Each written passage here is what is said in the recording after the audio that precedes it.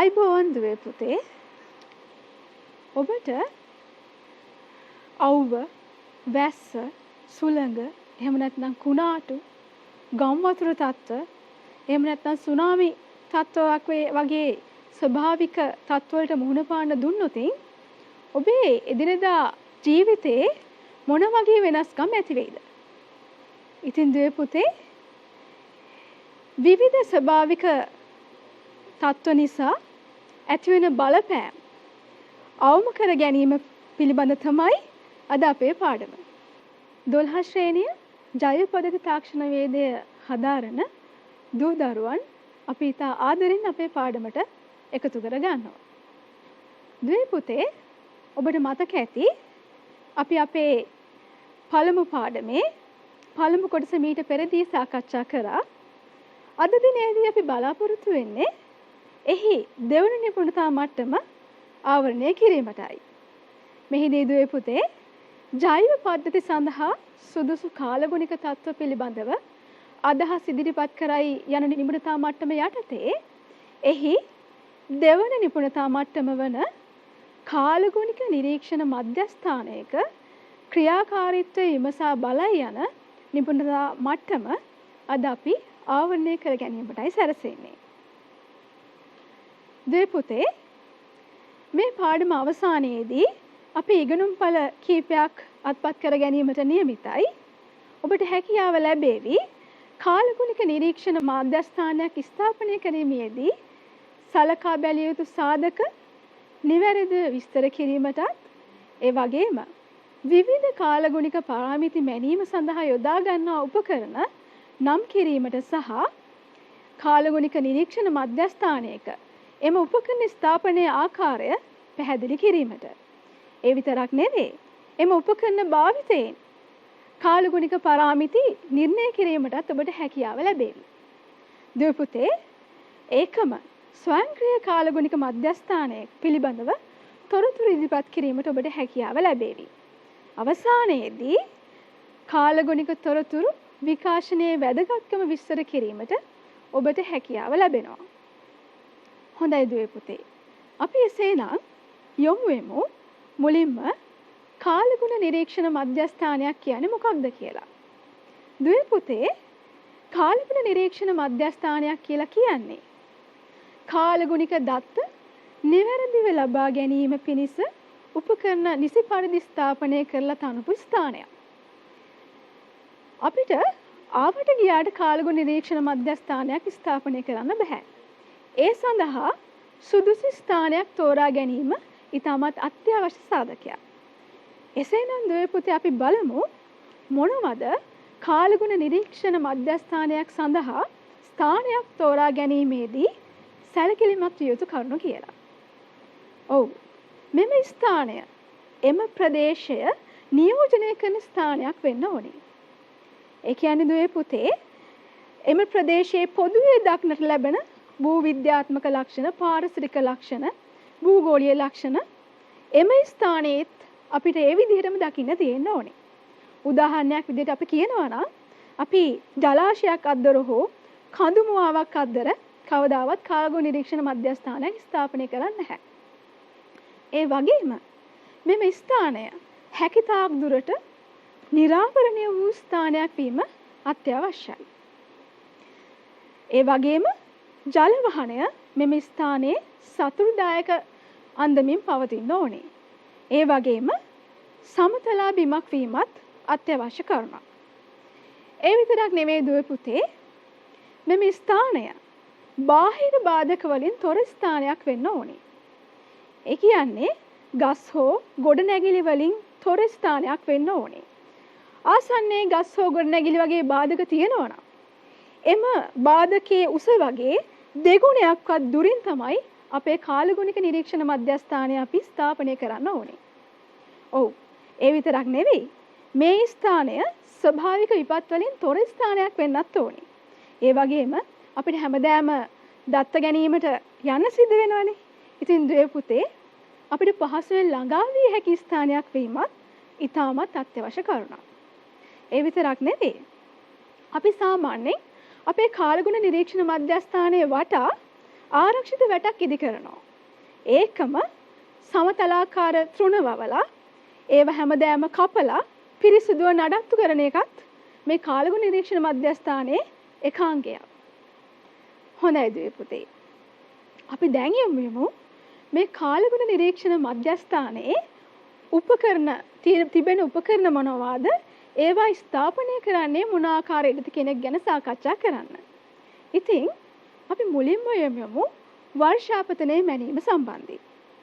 දුවේ පුතේ ඔබ දැනටමත් දන්නවා වර්ෂාපතනයේ මනින්න උසක් විදිහට අපි සාමාන්‍ය මිලිමීටර් වලින් තමයි ඒක මනින්නේ.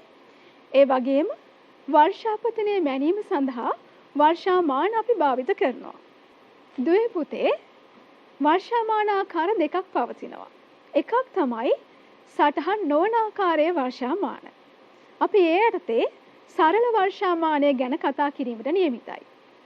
අනෙත් ආකාරය තමයි සටහන් වන ආකාරයේ වර්ෂාමාන. අපි මේ වර්ෂාමාන ආකාරයට ස්වයංක්‍රීය වර්ෂාමාන ගැන කියලාත් කියනවා. ඉතින් දුවේ පුතේ ස්වයංක්‍රීය වර්ෂාමානයේ යටතේ අපි ටිපින් බකට් කියන වර්ෂාමානය ගැන අද සාකච්ඡා කිරීමට නියමිතයි. ඉතින් අපි මුලින්ම යමු සරල වර්ෂාමානය වෙතට. දුවේ පුතේ අපි මුලින් වර්ෂාමානයේ කොටස් හඳුනගමු. සරල වර්ෂාමානයේ කොටස් අතුරින් මේ තියෙන්නේ පුනීලය කියන කොටස. ඔබට පේනවා ඇති මේ තියෙන්නේ පුනීලය කියන කොටස. මේ පුනීලයේ සවි වෙලා තිබ්බ මෙන්න මේ සිලින්ඩරාකාර බඳුනට අපි කියනවා පිටත සිලින්ඩරය කියලා. එහෙම නැත්නම් බාහිර බඳුන කියලා කියන්න පුළුවන්. බාහිර සිලින්ඩරය කියලා කියන්නත් පුළුවන්. ඔබ මේ තුල තියෙන තවත් සිලින්ඩරයක් නිරීක්ෂණය කරાવી. මේකට අපි කියනවා වර්ෂා ජලය එකතු වෙන අභ්‍යන්තර සිලින්ඩරය කියලා.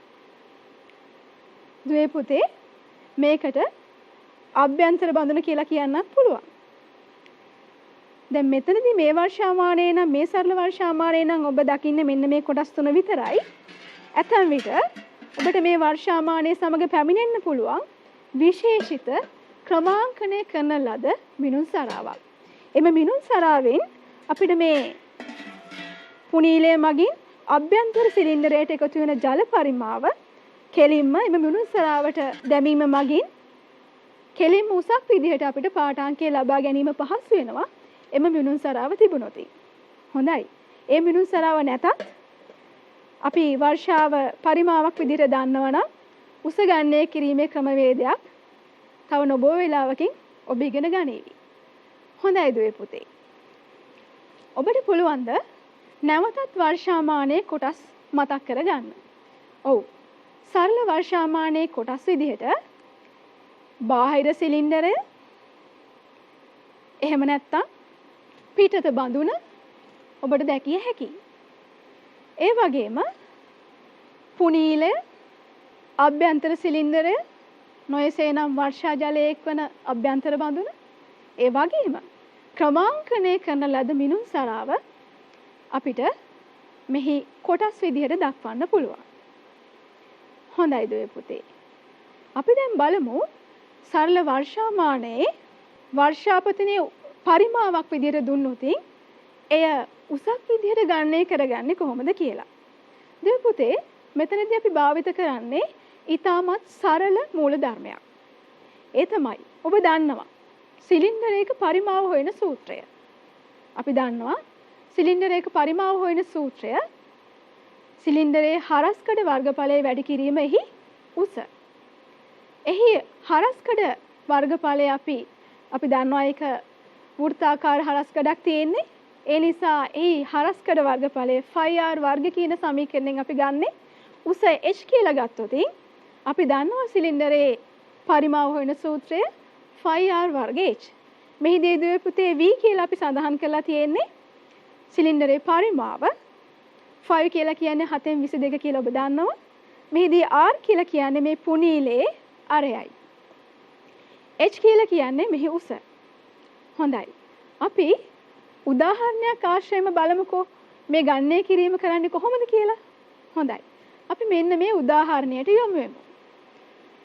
එක්තරා දිනයක විස්කම්භය සෙන්ටිමීටර් 12ක් වූ සරල වර්ෂාමානය තුල එකතු වූ ජල ප්‍රමාණය ඝන සෙන්ටිමීටර් 550ක් වූ විට එම ප්‍රදේශයට ලැබුණු වර්ෂාපතන ප්‍රමාණය උසක් ලෙස ගණනය කරන්න.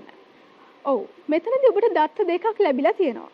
එකක් තමයි මෙහි විස්කම්භය දීලා තියෙනවා සරල වර්ෂාමානය. සරල වර්ෂාමානයේ විස්කම්භය තුළින් ඔබට හොයාගන්න පුළුවන් එහි අරය. අනෙක් දත්තය තමයි එකතු වූ ජල පරිමාව. ජල පරිමාව ඝන සෙන්ටිමීටර් 550ක් කියලා ඔබට දත්තය දීලා තියෙනවා. හොඳයි. අපි දැනටමත් දන්නවා ආදේශ කළ යුතු සූත්‍රය V = ෆ/r² h.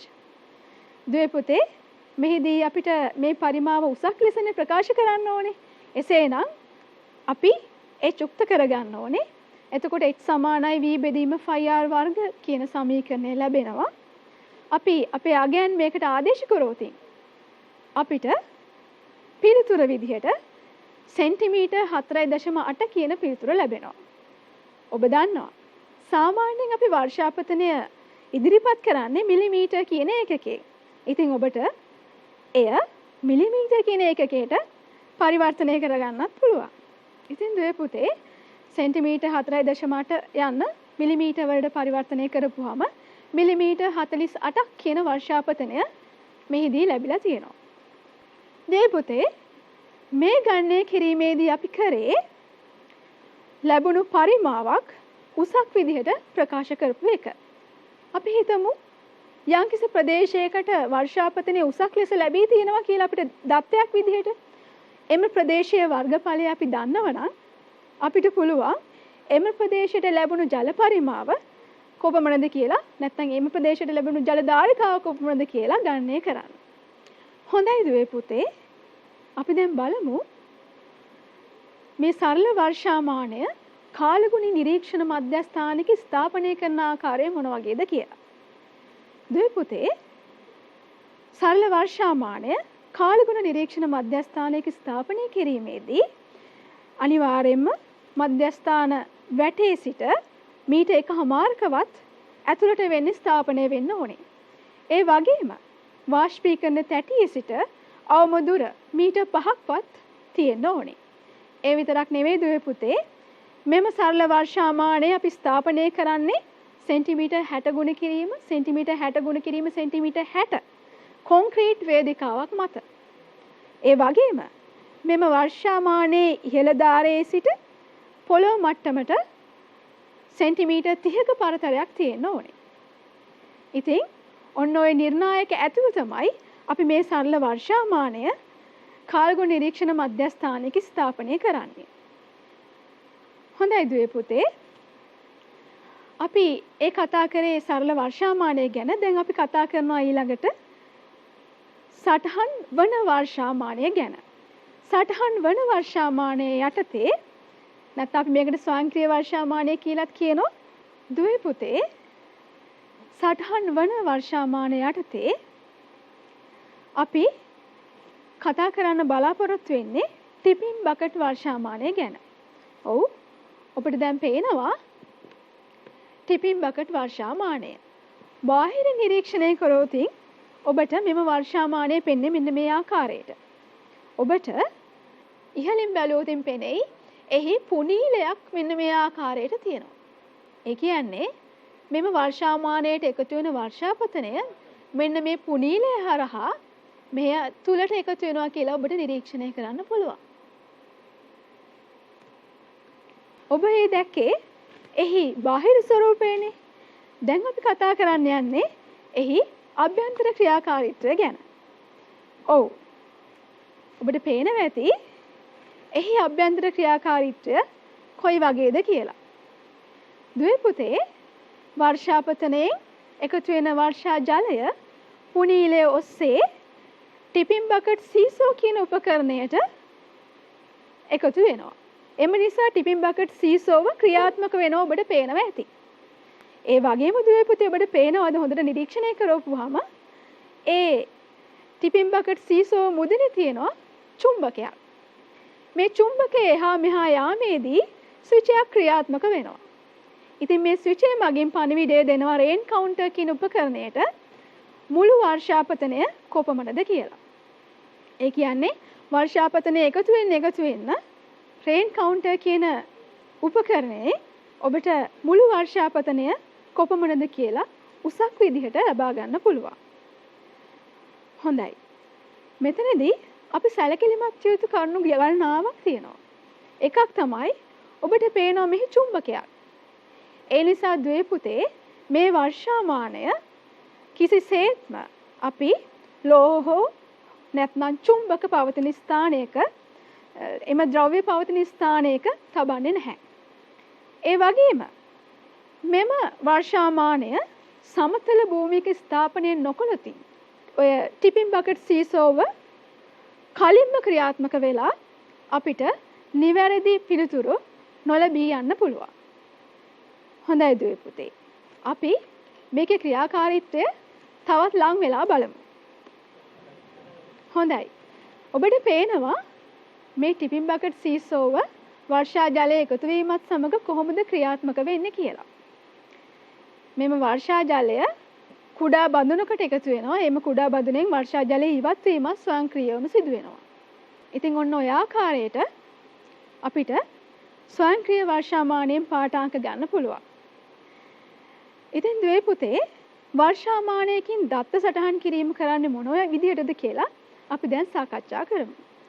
දුවේ පුතේ අපි වර්ෂාපතනය සටහන් කරන්නේ සෑම දිනකම උදේ 8:30ට. ඊට පෙර දිනේ ඉදිරියේදී තමයි අපි අපේ පාඨාංකයේ සටහන් කිරීම සිදු කරන්නේ. හොඳයි. කාලගුණ නිරීක්ෂණ මධ්‍යස්ථානයක උපකරණ හා උපකරණ ස්ථාපනය කිරීම යටතේ ඊළඟට කතා කරමු උෂ්ණත්වය මැනීම සම්බන්ධව. දුවේ පුතේ අපි දන්නවා උෂ්ණත්වය මැනීම සඳහා අපි උෂ්ණත්ව මාන භාවිත කරනවා. අපි කාලගුණ නිරීක්ෂණ මධ්‍යස්ථානයක නම් භාවිත කරන්නේ උපරිම හා අවම උෂ්ණත්ව මානයයි. දැන් අපි බලමු මේ උපරිම හා අවම උෂ්ණත්ව මානයේ ක්‍රියාකාරීත්වය මොන වගේද කියලා.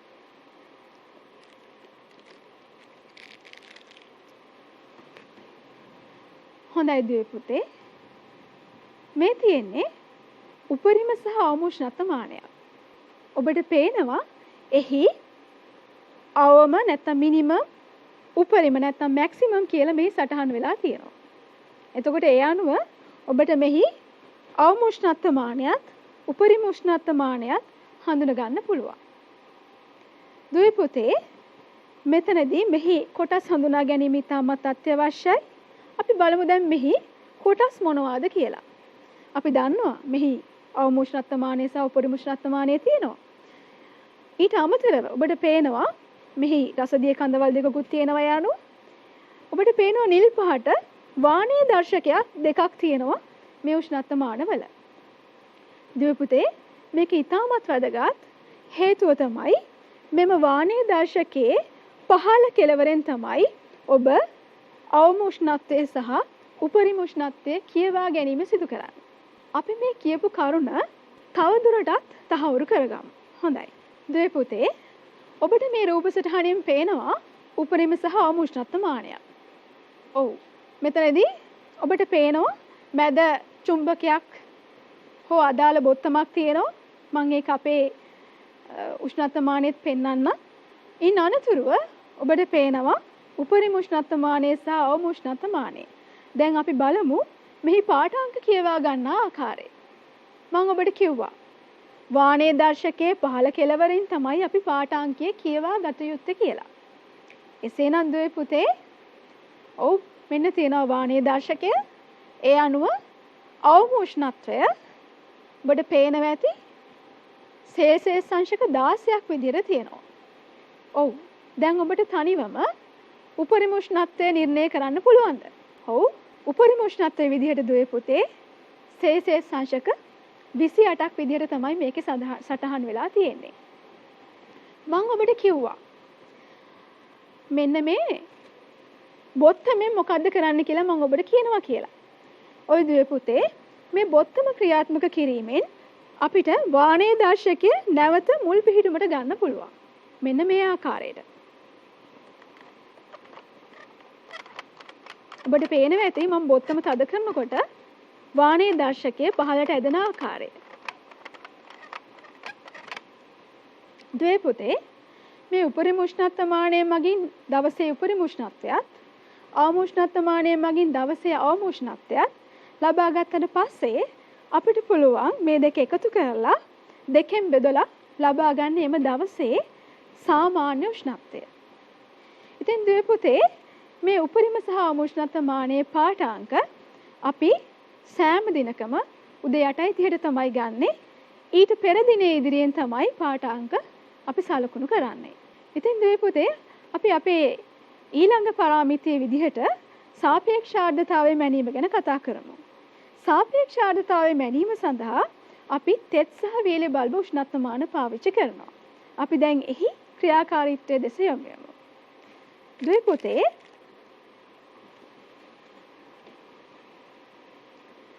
තෙත් හා වීලි බල්බ උෂ්ණත්වමානය ඔබ හොඳින් නිරීක්ෂණය කරොත් ඔබට දැක ගන්න පුළුවන් මේ සඳහන් වෙලා තියෙනවා dry සහ wet විදියට. dry කියලා කියන්නේ වීලි බල්බ උෂ්ණත්වමානයයි, wet කියලා කියන්නේ තෙත් බල්බ උෂ්ණත්වමානයයි. ඒ නැතත් ඔබට තවත් දෙයක් මගින් මේ තෙත් බල්බ උෂ්ණත්වමානය හඳුනා ගන්න පුළුවන්. ඒ තමයි මෙන්න මේ ජල බඳුන. දුවේ පුතේ මේ ජල බඳුනේ ගිල්ලලා තියෙනවා කපු තිරයක්. එම තිරය මගින් නිතරම මෙම තෙත් බල්බ උෂ්ණත්වමානයේ බල්බේ තෙත්ව තබා ගන්නවා. ඉතින් සම විටම වීලි බල්බ උෂ්ණත්වමානයේ පාඨාංකයට වඩා තෙත් බල්බ උෂ්ණත්වමානය පාඨාංකයේ ඉතාමත් පහළ අගයක් ගන්නවා. හොඳයි. අපි දැන් බලමු මෙහි සාපේක්ෂ ආර්ද්‍රතාවය මෙමගින් ගණනය කරන්නේ මොන ආකාරයකද කියලා. දුවේ පුතේ මම ඔබට සඳහන් කළා කොහොමද තෙත් බල්බ උෂ්ණත්වමානය සහ වීලි බල්බ උෂ්ණත්වමානය හඳුනගන්නේ කියලා. මේකේ පාඨාංක අපි අරගෙන ඉන්පසු එය සාපේක්ෂ ආර්ද්‍රතාව වගුවක් මතට ප්‍රක්ෂේපණය කිරීමෙන් අපිට සාපේක්ෂ ආර්ද්‍රතාවය ලබා ගන්න පුළුවන්. මෙහිදී දුවේ පුතේ වීලි බල්බ උෂ්ණත්වමානයේ පාඨාංකයත් පාඨාංක අතර වෙනසක් තමයි මේ සාපේක්ෂ ආර්ද්‍රතාව වගුවට අපි ප්‍රක්ෂේපණය කරන්නේ. ඔව්. අපි එක උදාහරණයක් ඇසුරින්ම බලමුකෝ. මේ උදාහරණය දිහා බැලුවොත් මේකේ වීලි බල්බ පාඨාංකය සෙල්සියස් අංශක 30යි. ඒ වගේම තෙත් බල්බ පාඨාංකයේ සෙල්සියස් අංශක 30යි. එසේනම් පාඨාංක වෙනස සෙල්සියස් අංශක 10යි. දැන් අපි බලමු සාපේක්ෂ ආර්ද්‍රතාව වගුවකට මේක ප්‍රක්ෂේපණය කරලා මෙම මොහොතේ සාපේක්ෂ ආර්ද්‍රතාවය සොයාගන්නේ කොහොමද කියලා. ඔව්. මේ තියෙන්නේ වීලි බල්බ උෂ්ණත්වමානයේ පාඨාංකයයි. ඉන්පසු පාඨාංක වෙනස. ඒ මගින් ඔබට ලබා ගන්න පුළුවන් සාපේක්ෂ ආර්ද්‍රතාවය 39ක් කියලා. හොඳයි දුවේ පුතේ. දැන් ඔබට පැහැදිලි ඇති කොහොමද තෙත් හා වීලි බල්බ උෂ්ණත්වමාන පාවිච්චි කරලා සාපේක්ෂ ආර්ද්‍රතාවය ගණනය කරන්න කියලා. දුවේ පුතේ සාපේක්ෂ ආර්ද්‍රතාවය අපි උදේ 8:30ට සහ සවස 3:30ට කියන දවසේ කාල දෙකකදී ලබා ගන්නවා. ඒක එම දිනයට අදාළව උදේ සහ සවස විදිහට තමයි අපි පාඨාංක සටහන් කිරීම සිදු කරන්නේ. හොඳයි. ඊළඟට ඔබට මම තවත් කියන්න ඕන දෙයක් තමයි දුවේ පුතේ උපරිම උෂ්ණත්වමානය, අවම උෂ්ණත්වමානය, තෙත් හා වීලි බල්බ උෂ්ණත්වමානය, ඒ වගේම පීඩනමාන කියන උපකරණ ස්ථාපනය කරලා තියෙන්නේ ස්ටීවන්සන් ආවරණය කියන ආවරණය තුල. මේකට හේතුව තමයි මෙම ස්ටීවන්සන් ආවරණය තුල එම උපකරණ සඳහා අවශ්‍ය ආරක්ෂාවක් ලැබෙනවා. ඒ වගේම දැඩි සූර්යාලෝකයෙන් වන හානි වැළකෙනවා මේ ස්ටීවන්සන් ආවරණය තුල තිබීම නිසා. ඊටත් අමතරව දුවේ පුතේ මේ නිමවා තිබෙන්නේ ලී පටි වලින් නිතරම වායුගෝලීය තත්ත්ව එම ආවරණය තුලත් පවතිනවා. එම නිසා වායුගෝලීය තත්ත්වම ඇතුළත ස්ටීවන්සන් ආවරණය තුල ලබා දීලා තියෙනවා. හොඳයි. අපි තවත් උපකරණයක් වෙත යමු. දුවේ පුතේ මේ තියෙන්නේ උපරිම සහ අවම උෂ්ණත්වමාන සමග ඇති ස්වයංක්‍රීය ආර්ද්‍රතා මානයක්. අපිට අනිකුත් උපකරණ කීපයක් කින් කරගන්න වැඩේ මේ තනි උපකරණයකින් කරගන්න පුළුවන්. ඒ වගේම දුවේ පුතේ මේක ඩිජිටල් උපකරණයක්. ඔබට පේනවා ඇති මෙතන මගේ මේ අතේ තියෙන්නේ සෙන්සර් ප්‍රෝබ් එකක්. ඒ කියන්නේ සංවේදකයක්. මෙම සංවේදකය මගින් තොරතුරු මෙම උපකරණය වෙතට ලබා දීම සිදු කරනවා. මේ උපකරණයේ විශේෂත්වය තමයි අපිට මේ මොහොතේ සාපේක්ෂ ආර්ද්‍රතාවය සහ මේ මොහොතේ උෂ්ණත්වය මෙමගින් කියව ගන්නත් පුළුවන්. ඒ වගේම දැන් ඔබට පේනවා ඇති තිරයේ මේ මොහොතේ සාපේක්ෂ ආර්ද්‍රතාවය සහ උෂ්ණත්වය කෙලෙසද කියලා. ඒකම දුවේ පුතේ මෙම උපකරණය ඔබට ප්‍රධාන බොත්තම් තුනක් දැකගත හැකි.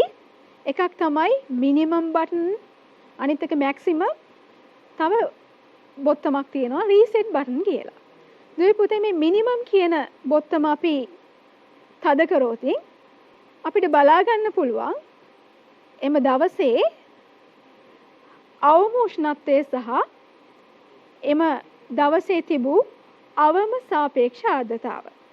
ඒ වගේම දුවේ පුතේ මේ මැක්සිමම් කියන බොත්තම ඔබ එබුවොත් ඔබට ලබා ගන්න පුළුවන් එම දවසේ උපරිම උෂ්ණත්වය සහ එම දවසේ උපරිම සාපේක්ෂ ආර්ද්‍රතාවය කොච්චරද කියලා. හොඳයි. දැන් මම කතා කරේ නෑනේ මේ රීසෙට් බටන් එක මොකක්ද කියලා. දුවේ පුතේ ඔබ මේ රීසෙට් බටන් එක ඔබන්න ඕනේ පෙර දත්ත මකා දමන්නයි. එතකොට ඔබ පාඨාංක ගැනීමෙන් අනතුරුව මේ රීසෙට් බටන් එක ඔබන්න ඕනේ. එතකොට පෙරත් පැවති පාඨාංක මැකී ගොස් එම රීසෙට් කරපු අවස්ථාවේ සිට ඊළඟ පාඨාංක ගන්න අවස්ථාව දක්වා ඔබට මෙහි නිවැරදි මිනුම් ලබා ගන්න පුළුවන්. දුවේ පුතේ අපි දැන් යමු වෙමු සුළඟේ වේගය හා සුළඟේ දිශාව මැනීම වෙතට. සුළඟේ වේගය මැනීම සඳහා අනිලමානය කියන උපකරණය භාවිත වෙනවා. ඒ වගේම සුළඟේ දිශාව මැනීම සඳහා සුළං දිසා දර්ශකය කියන උපකරණය තමයි භාවිත වෙන්නේ. අනිලමානයෙන් පැයට කිලෝමීටර් කියන ඒකකයෙන් අපිට සුළඟේ වේගය මැනලා දෙනවා.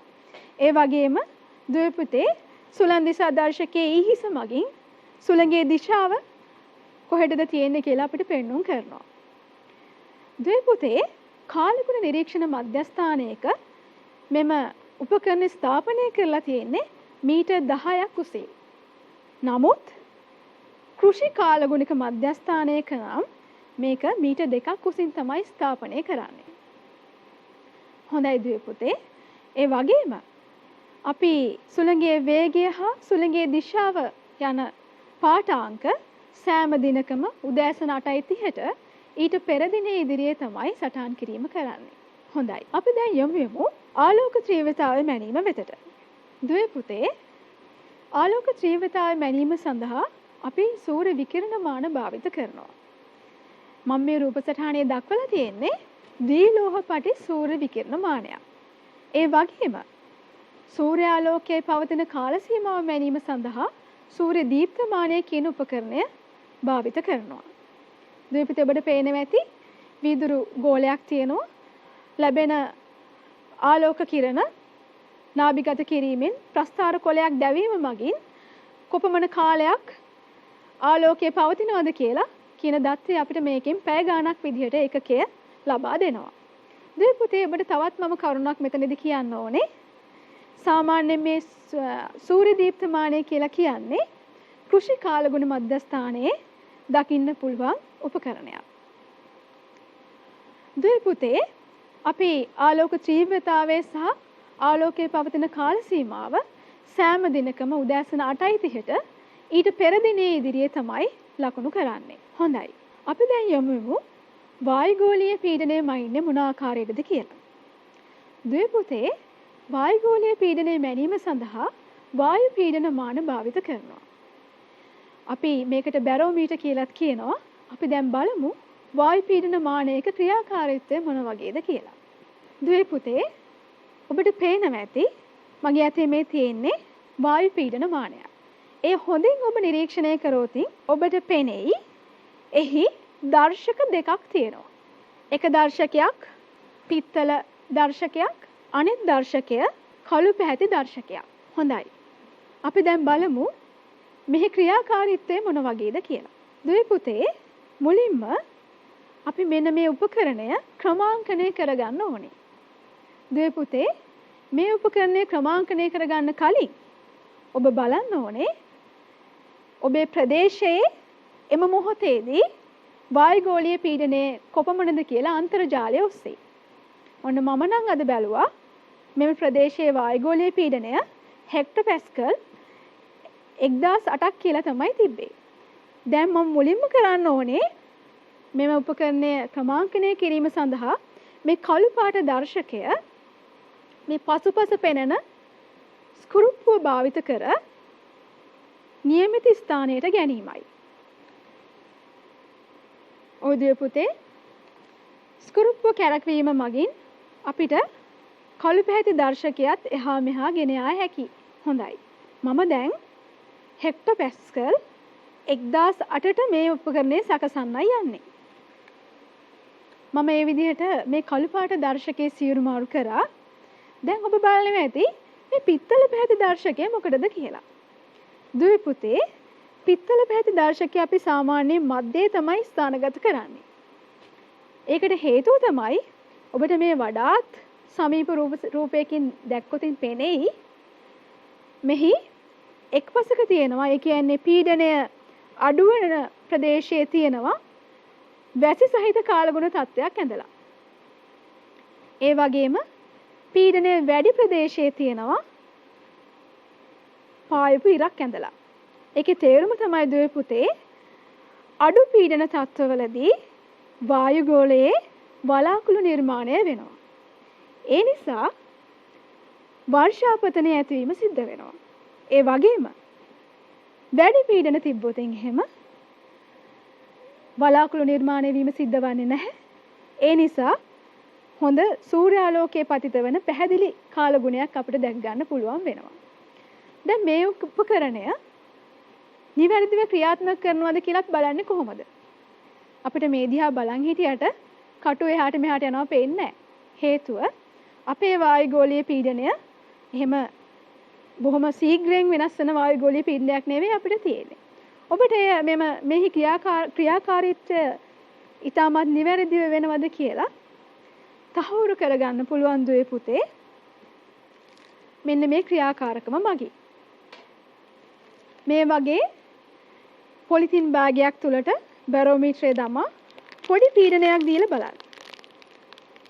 පොඩි පීඩනය දීමේදී මේ පීඩනය ලබා දීමේදී එහි කටුව උත්ක්‍රමණය වෙන ඔබට පේනවා නම් ඔබේ වායු පීඩන මානය නිවැරදිව ක්‍රියාත්මක වෙනවා. හොඳයි. ඔන්න ඔය ආකාරයට තමයි ඔබේ වායු පීඩන මානය ක්‍රියාත්මක වෙනවද කියලා ඔබට බලා ගන්න වෙන්නේ. හොඳයි දුවේ පුතේ. අපි ඊළඟට යමු වාෂ්පීකරණය මනින්නේ කොහොමද කියලා. දුවේ පුතේ වාෂ්පීකරණය මැනීම සඳහා අපි වාෂ්පීකරණ තැටිය යොදා ගන්නවා. මේක ගැලවනයිස් තහඩු වලින් සාදන ලද තැටියක්. මෙහි උස සෙන්ටිමීටර් 25ක්. ඒ වගේම විෂ්කම්භය සෙන්ටිමීටර් 120.7ක්. මෙහි සුලන් තත්වලදී විවිධ වැරදි පාඨාංක ලැබෙන්න පුළුවන් නිසා දුවේ පුතේ සුලන් රැලි වලින් පවතින බාධාව වළක්වා ගැනීම සඳහා පාඨාංක ගැනීමේදී අපි කොකුමානය සහ නිසල ලිඳ කියන උපකරණ අපි මේකදී පාවිච්චි කරනවා. ඒ වගේම දුවේ පුතේ අපි මෙහෙම වාෂ්පීකරණ පාඨාංකය උසක් විදිහට තමයි ගණනය කරන්නේ. සෑම දිනකම උදෑසන 8:30ට ඊට පෙර දිනේ ඉදිරියේ අපි මෙහි පාඨාංකයේ සටහන් කිරීම සිදු කරනවා. ඒ වගේම දුවේ පුතේ ඔබට මම කිය යුතු තවත් දෙයක් තියෙනවා. මේ වාෂ්පීකරණ තැටිය කියන උපකරණයත් අපිට කුෂි කාලගුණික මධ්‍යස්ථානයක දකින්න ලැබෙන උපකරණයක්. හොඳයි. ඔබට මම තවත් එක් උපකරණයක් ගැන පැහැදිලි කිරීමට නියමිතයි. දුවේ පුතේ අපි අපේ අවධානය යොමු කරමු මෙන්න මේ උපකරණය වෙතට. දුවේ පුතේ මේ තියෙන්නේ පාංශු උෂ්ණත්ව මානයක්. පාංශු උෂ්ණත්ව මානය සාමාන්‍යයෙන් දකින්න ලැබෙන්නේ කුෂි කාලගුණික මධ්‍යස්ථානයක තමයි. ඉතින් දුවේ පුතේ පාංශු උෂ්ණත්ව මානයේ පාඨාංකයත් අපිට උදේ සහ සවස, ඒ කියන්නේ උදේ 8:30 සහ සවස 3:30ට උදේ සහ සවස ලෙස එම දිනේ ඉදිරියේ අපි සටහන් කර ගැනීම සිදු කරනවා. හොඳයි. මම මෙච්චර වෙලා ඔබට මේ විස්තර ඉදිරිපත් කරේ සාම්ප්‍රදායික කාලගුණ නිරීක්ෂණ මධ්‍යස්ථානයක ක්‍රියාකාරීත්වය පිළිබඳව. හොඳයි. දැන් අපි යමු වෙන්නේ ස්වයංක්‍රීය කාලගුණ නිරීක්ෂණ මධ්‍යස්ථානයක් වෙතට. දුව පුතේ කාලෙත් එක්ක ලෝකෙ දියුණු වෙනවා. ඉතින් තාක්ෂණෙත් ඒකම දියුණු වෙනවා. ඉතින් අද ලෝකයේ සාම්ප්‍රදායික කාලගුණ නිරීක්ෂණ මධ්‍යස්ථාන වෙනුවට ස්වයංක්‍රීය කාලගුණ නිරීක්ෂණ මධ්‍යස්ථාන බොහෝ ප්‍රචලිත වෙලා තියෙනවා. එහෙනම් අපි බලමු සාම්ප්‍රදායික කාලගුණ නිරීක්ෂණ මධ්‍යස්ථාන වෙනුවට ස්වයංක්‍රීය කාලගුණික නිරීක්ෂණ මධ්‍යස්ථාන පිහිටුවීමේ වාසි මොනවද කියලා. ඔව්. දුවේ පුතේ ස්වයංක්‍රීය කාලගුණ නිරීක්ෂණ මධ්‍යස්ථානයකට දත්ත ලබා ගන්න අපිට එදිනෙදා එතෙන්ට යන්න ඕනේ නැහැ. අපිට නිවසේ සිටම කාර්යාලයේ සිටම අපිට අන්තර්ජාලය හරහා විවිධ sannivedana ක්‍රම භාවිත කර දත්ත ලබා ගන්න පුළුවන්. ඒ වගේම මෙහි දත්ත ස්වයංක්‍රීයව ගැනීම සිදු කරනවා. ඒ වගේම නඩත්තු කටයුතු ස්වයංක්‍රීයව තමයි සිදු කරන්නේ. ඒ විතරක් නෙවෙයි දුවේ පුතේ. මේ දත්ත ස්වයංක්‍රීයව එකතු කිරීම සහ ඇගීම සිදු වෙන නිසා කංකරු ශ්‍රමයක් අවශ්‍ය වෙන්නේ නැහැ. ඒ වගේම මේ වගේ ස්වයංක්‍රීය කාලගුණ නිරීක්ෂණ මධ්‍යස්ථානයක් අපිට යන්න බැරි තැනක වුණා. ළඟා වෙන්න නොහැකි ස්ථානයක වුවත්, ඉතා දුෂ්කර පරිසරයක වුවත් ස්ථානගත කරන්න පුළුවන් ඉතාමත් පහසුවෙන්. උදාහරණයක් විදිහට මේ ස්වයංක්‍රීය කාලගුණ නිරීක්ෂණ මධ්‍යස්ථානයක් ස්ථාපනය කරන්න ඔබට යන්නේ මිනිත්තු 30ක් වගේ ඉතාමත් කුඩා කාලයක්. හොඳයි. දැන් අපි බලමු ස්වයංක්‍රීය කාලගුණික නිරීක්ෂණ මධ්‍යස්ථානයක ක්‍රියාකාරීත්වය මොන වගේද කියලා. දුවේ පුතේ සියලුම සංවේදක සවි කරලා තියෙන්නේ කුළුණකට නැත්නම් කුඹ ගසකට. මේ කුඹ ගසේ උස අපේ අවශ්‍යතාවය අනුව විවිධ වෙන්න පුළුවන්. උදාහරණයක් විදිහට අපිට අවශ්‍ය මිනිසාට බලපෑම් කරන කාලගුණික දත්ත ලබා ගන්න නම් මේක මීටර් 2ක් වගේ උසට ඇති. නමුත් අපිට ඕනේ මේක භෝග වගාව කෙරෙහි බලපාන කාලගුණික දත්ත අධ්‍යයනය කිරීමට නම් අපිට අවශ්‍යයි මීටර් 3ක්වත් උසට. ඒ වගේම දුවේ පුතේ බාහිර බාධක තියෙනවා නම් ගස් කොළන් ගොඩනැගිලි වගේ අපි මේක මීටර් 10ක් වගේ උසට ගන්නවා. ඒ වගේම අපිට වැඩි ප්‍රදේශයක් ආවරණය කරගන්න අවශ්‍ය නම් මේක මීටර් 30ක් දක්වා උස වෙන්නත් පුළුවන්. හොඳයි. දැන් අපි බලමු මේ කුඹ ගසට සවි කරලා තියෙන උපකරණ මොනවද කියලා. දුවේ පුතේ ඔබට පේනවා පෙට්ටියක් වගේ උපකරණයක්. මේ පෙට්ටියට අපි කියන්නේ කාලගුණික ප්‍රතිරෝධී බහලුව කියලා. අපි මේකට කියනවා weather proof box එකක් කියලා. දුවේ පුතේ මෙන්න මේ පෙට්ටිය ඇතුලේ උපකරණ 3ක් තියෙනවා. එකක් තමයි දත්ත ගබඩා කිරීමේ ලගුඩ. නැත්නම් අපි මේකට data logger කියලා කියනවා. දෙවන උපකරණය තමයි පුනරාරෝපණය කළ හැකි කෝෂයක්. අනෙත් උපකරණය මොඩම් එකක්. අපි දැන් බලමු එකින් එක මොනවද මේ වගේ කරන කාර්ය කියලා. දුවේ පුතේ මේකේ දත්ත ගබඩා කිරීමේ ලගුර නැත්නම් data logger එක කියලා කියන්නේ මේ ස්වයංක්‍රීය කාලගුණ නිරීක්ෂණ මධ්‍යස්ථානයේ හදවත වගේ.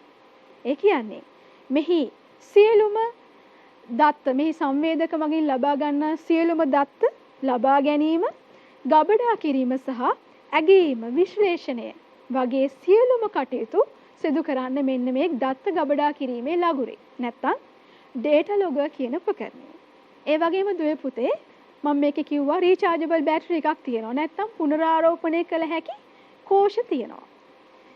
මේ කෝෂයේ පුනරාරෝපණය වීම සඳහා මෙහි සූර්ය පැනල හෝ සුළං ටර්බයින යොදා ගන්න පුළුවන්. දුවේ පුතේ ඊට අමතරව මෙහි මොඩම් එකක් තියෙනවා. මේ මොඩම් කියන උපකරණයෙන් අපිට Wi-Fi එහෙම නැත්නම් GPRS, USD වගේ ඕනෑම sannivedana ක්‍රමයක් භාවිත කරලා දත්ත එක් ස්ථානයකින් තවත් ස්ථානයකට පහසුවෙන් sannivedanaya කරන්න පුළුවන්. ඔව් දුවේ පුතේ. ඔබට දැන් පෙනෙයි මේ තියෙන සූර්ය පැනලය. මේ සූර්ය පැනලය මගින් තමයි මෙම ස්වයංක්‍රීය කාලගුණ නිරීක්ෂණ මධ්‍යස්ථානයේ කෝෂයේ පුනරාරෝපණය වෙන්නේ. දුවේ පුතේ ඊළඟට ඔබට පේනවා වර්ෂාමානය සඳහා පවතින සංවේදක. ඒ වගේම මේ තියෙන්නේ සුළඟේ වේගය සහ සුළඟේ දිශා මයින සංවේදක. ඊට අමතරව වායුගෝලීය උෂ්ණත්වය සහ සාපේක්ෂ ආර්ද්‍රතාවය මයින සංවේදකත් මෙහි අඩංගුයි. ඒ වගේම සූර්ය විකිරණ මැනීම සඳහා පයිරනෝමීටර් කියලා උපකරණයක් මෙහි තියෙනවා. දුවේ පුතේ ඔබට පාංශුෂ්ණත්වමානයක් ලබා ගන්න අවශ්‍ය නම් ඒ සඳහා අවශ්‍ය සංවේදකත් මේ කුළුණට සවි කරන්න පුළුවන්. හොඳයි. සමහර රටවල නම් වලාකුළු වල උස මැනීම සඳහාත් සීලෝමීටර් කියලා සංවේදක මේක ස්ථාපනය කරලා තියෙනවා. දැන් ඔබට පේනවා ඇති මෙහි උපකරණ භාවිතය සහ නඩත්තුව කොච්චර පහසුද කියලා. ඒ වගේම නිර්වද්‍ය දත්ත ඔබට ඉතා පහසුවෙන් ලබා ගැනීමේ හැකි ක්‍රමයක් විදිහට අපිට ස්වයංක්‍රීය කාලගුණ නිරීක්ෂණ මධ්‍යස්ථානය හඳුන්වන්න පුළුවන්. ඔව්. ඉතින් ඒ නිසා තමයි ලෝකයේ අද වෙනකොට සාම්ප්‍රදායික කාලගුණ නිරීක්ෂණ මධ්‍යස්ථාන වලට සාපේක්ෂව මේ ස්වයංක්‍රීය කාලගුණ නිරීක්ෂණ මධ්‍යස්ථාන ඉතා ඉහළින් ප්‍රචලිත වෙලා තියෙන්නේ. හොඳයි දුවේ පුතේ. දැන් අපි විවිධ ක්‍රම මගින් කාලගුණික දත්ත ලබා ගැනීම, ඒ විශ්ලේෂණය, පාඨාංක සටහන් කර ගැනීම ගැන කතා කරා. දැන් අපි කතා කරමු මේ කාලගුණික පුරෝකථනයේ වැදගත්කම මොකක්ද කියලා. ඔව්. අපි දන්නවා දේශගුණික වෙනස් වීම මගින් සිදුවන බලපෑම් සහ අවදානම අවම කිරීම සඳහා මේක උපකාරී වෙනවා. ඒ වගේම ස්වභාවික අනුතුරු පිළිබඳව කලින් දැනුම් දීමට මේ උපකාරී වෙනවා. මේ හේතුව නිසා අපිට ජීවිත හානි සහ භෞතික හානි අවම කරගන්න පුළුවන්. ඒ වගේම දුවේ පුතේ කුෂිකාර්මික කටයුතු වලදී, දීවර කටයුතු වලදී සහ එදිනෙදා කටයුතු වලදී සුදුසු තීරණ ගැනීම සඳහා මෙම කාලගුණික දත්ත අපිට වැදගත් වෙනවා. හොඳයි. අපි අපේ පාඩමේ සාරාංශය වෙත දැන් අවධානය යොමු කරමු. අපි මුලින්ම කතා කරා කාලගුණික නිරීක්ෂණ මධ්‍යස්ථානයක් කියන්නේ මොකක්ද කියලා. ඊට පස්සේ ස්ථානයක් තොයිරීමේදී සලකා බැලිය යුතු කරුණු, උපකරණ හා උපකරණ ස්ථාපනය, ඒ වගේම දත්ත රැස් කිරීම, දත්ත වාර්තා කිරීම ගැන අපි සාකච්ඡා කරා. ඒ වගේම දුවේ පුතේ අපි අන්තිමට කතා කරා ස්වයංක්‍රීය කාලගුණ නිරීක්ෂණ මධ්‍යස්ථානයක කොහොමද කටයුතු සිද්ධ වෙන්නේ කියලා. ඒ වගේම කාලගුණ අනාවැකි ප්‍රකාශය සහ එහි වැදගත්කම් පිළිබඳව අපි වැඩිදුරටත් සාකච්ඡා කරා. හොඳයි. මම හිතනවා මේ පාඩම ගැන හොඳ අවබෝධයක් ඔබට ලැබෙන්න ඇති කියලා. ඉතින් එම අවබෝධය වඩාත් තහවුරු කර ගැනීම සඳහා අපි අභ්‍යාස කීපයක් වෙත යමු. දුවේ පුතේ මම පළමු අභ්‍යාසය ඔබට තෝරගත්තේ 2019 උසස් පෙළ ජෛව පද්ධති තාක්ෂණ වේදය ප්‍රශ්න පත්‍රයේ එහි විභවගත රචනා ප්‍රශ්නයක් වෙත අපි අවධානය යොමු කරමු. 1A ජෛව පද්ධති ඵලදායී හා කාර්යක්ෂම ලෙස කළමනාකරණය කිරීමට වැදගත් තොරතුරු කාලගුණික මධ්‍යස්ථානයකින් සැපෙයි. ක්‍රම ඉලක්කම් 1. ඔව්. ස්ටීවන්සන් ආවරණය තුල ස්ථානගත කළ යුතු උපකරණ දෙකක් නම් කරන්න. ඔබට මතක ඇති මම උපකරණ කීපයක් ගැන කිව්වා. ඔව්. ඔබට ඉන් දෙකක් ගැන මතක් කරගන්න පුළුවන්ද? ඔව්. මම කිව්වා උපරිම උෂ්ණත්වමානය සහ අවම උෂ්ණත්වමානය, ඒ වගේම තෙත් සහ වියලි බල්බ උෂ්ණත්වමාන, ආර්ද්‍රතාමාන, පීඩනමානය වගේ උපකරණ ස්ටීවන්සන් ආවරණය තුල තමයි ගබඩා කරලා තියෙන්නේ. හොඳයි. අපි දුවේ පුතේ දෙවෙනි ප්‍රශ්නයට යමු. ක්‍රම ඉලක්කම් 2. පොළොව මට්ටමේ සිට අනිලමානයේ පිහිටුවන උස සඳහන් කරන්න. පොළොව මට්ටමේ සිට අනිල මානය පිහිටුවන උස සඳහන් කරන්න. ඔව් දුවේ පුතේ ඔබට මතක ඇති මම කිව්වා සාමාන්‍යයෙන් කාලගුණ නිරීක්ෂණ මධ්‍යස්ථානයක මීටර් 10ක් උසින් තමයි ස්ථාපනය කරන්නේ. නමුත් කෘෂි කාලගුණ මධ්‍යස්ථානයක නම් ඒක මීටර් 2ක් උසින් අපි ස්ථාපනය කරනවා කියලා. ඉතින් දුවේ පුතේ ඒ උත්තර දෙකෙන් මීටර් 10 හෝ මීටර් 2 කියන ඕනෑම පිළිතුරක් නිවැරදි පිළිතුරු විදිහට අපිට ඒ නිසා බාර ගන්න පුළුවන්. හොඳයි දුවේ පුතේ. අපි දෙවැනි අභ්‍යාසයේ වෙත යමු. දෙවැනි අභ්‍යාසයේ විදිහට මම ඔබට තෝරාගත්තේ 2015 ජෛව පද්ධති තාක්ෂණ වේදයේ ප්‍රශ්න පත්‍රයේ ව්‍යුහගත රචනා ප්‍රශ්නයක්. කාලගුණික පරාමිතීන් මැනීම ජෛව පද්ධති තාක්ෂණයේ විවිධ භාවිතයන්හිදී වැදගත් වේ. ක්‍රම ඉලක්කම් 1 දිනකට දෙවතාවක් මනිනු ලබන කාලගුණික පරාමිති දෙකක් නම් කරන්න. දිනකට දෙවතාවක් මනිනු ලබන කාලගුණික පරාමිති දෙකක් නම් කරන්න.